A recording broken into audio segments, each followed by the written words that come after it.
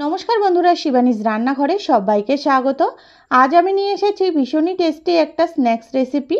এটা বিকেলে চায়ের সঙ্গে বলুন কিংবা শুধু মুখে খেতে কিন্তু ভীষণই ভালো হয়। চলুন তাহলে রেসিপিটা দেখে নেওয়া যাক। এখানে একটা বাটির মধ্যে সেদ্ধ আলু নিয়ে নিয়েছি। আলুটাকে আমি এভাবে গ্রেট করে নেব। দেখুন, একটা ছোট গ্রেটারের সাহায্যে আমি গ্রেট করে নিচ্ছি। আপনারা চাইলে ম্যাশার দিয়েও করতে পারেন কিংবা হাতের সাহায্যেও কিন্তু করতে পারেন। আলুটাকে এভাবে চটকে নিতে হবে।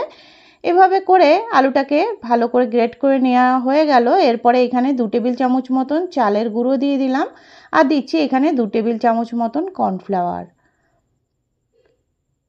এবার চালের গুঁড়ো কর্নফ্লাওয়ার দেওয়া হয়ে গেল। এখানে দিয়ে দিচ্ছি 1 টিস্পুন মতন গোটা জিরে আর দিচ্ছি 1 টিস্পুন মতন চিলি ফ্লেক্স, দিচ্ছি হাফ টিস্পুন মতন নুন, এখানে হাফ টিস্পুন মতন গোলমরিচের গুঁড়ো দিয়ে দিলাম আর 1 টিস্পুন মতন দিয়ে দিচ্ছি চিনি। এখানে দিয়ে দিচ্ছি কিছুটা পরিমাণ ধনেপাতা কুচি আর এখানে দিয়ে দিচ্ছি প্রায় 3 থেকে 4টে কাঁচা লঙ্কা এভাবে কুচি করে নিয়েছিলাম, ওটাই দিয়ে দিলাম। দিয়ে দিচ্ছি এখানে হাফ টিস্পুন মতন হলুদ গুঁড়ো। এবার সব কিছুকে হাতের সাহায্যে একটু মেখে নিচ্ছি। দেখুন, প্রথমে এখানে আমি কোনো জল ব্যবহার করলাম না, তারপরে সব কিছুকে মেখে সামান্য একটু জল দিয়ে এটা মেখে নিচ্ছি। দেখুন, জলটা কিন্তু একবারে বেশি দেবেন না, তাহলে এটা পাতলা হয়ে যেতে পারে। সামান্য সামান্য জল দিয়ে এটা মেখে নিতে হবে। দেখুন, আবার একটু জল দিয়ে আমি এটা ভালো করে মেখে নিচ্ছি। যেহেতু এখানে কর্নফ্লাওয়ার আছে তার জন্য কিন্তু একটু আঠালো ভাব হবে।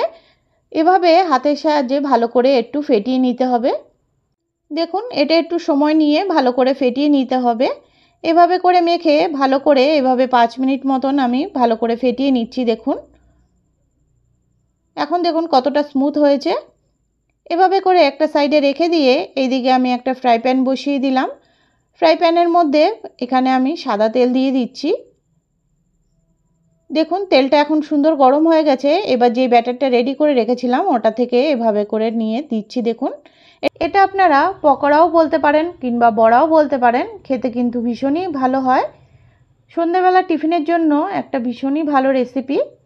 দেখুন, এভাবে ছোট ছোট করে আমি একটা ব্যাচ দিয়ে দিচ্ছি।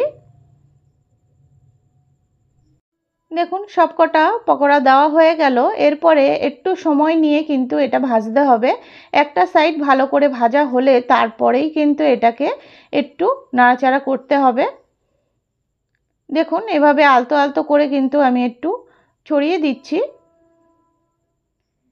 এভাবে করে একটা সাইড ভালো ভাজা হয়ে গেছে, আমি এভাবে করে আরেকটা সাইড ভাজতে বসিয়ে দিচ্ছি। দেখুন, এপিট ওপিট করে লাল লাল করে ভেজে তুলে ফেললেই হয়ে যাবে ভীষণই টেস্টি রেসিপি।